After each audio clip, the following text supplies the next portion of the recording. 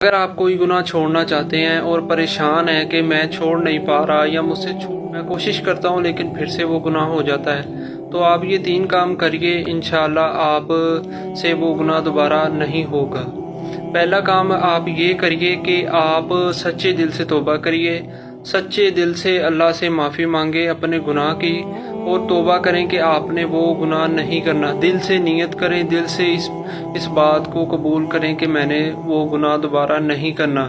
دوسری بات یہ ہے کہ آپ وہ ذریعہ ہی ختم کر دیں جس وجہ سے آپ وہ گناہ کی طرف جاتے ہیں یا وہ گناہ آپ کر پاتے ہیں۔ بعض دفعہ بہت سے گناہ ایسے ہوتے ہیں جو ہم کسی ذریعے کی بنا پر ہی ہم سے ہوتے ہیں۔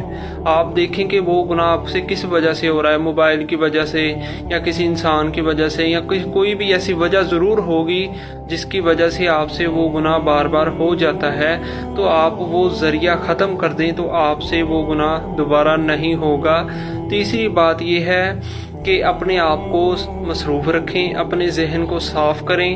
یاد رکھیں کہ ہر گناہ کی شروعات انسان کی سوچ سے ہوتی ہے، انسان کے خیالات سے ہوتی ہے۔ اگر آپ اپنے آپ کو فری رکھتے ہیں، کوئی کام نہیں کرتے، ہر وقت گھر میں فارغ بیٹھے رہتے ہیں، تو یاد رکھیں کہ آپ کے ذہن میں ایسے برے خیالات ضرور آتے رہیں گے جو آپ کو گناہوں پر آمادہ کرتے رہیں گے۔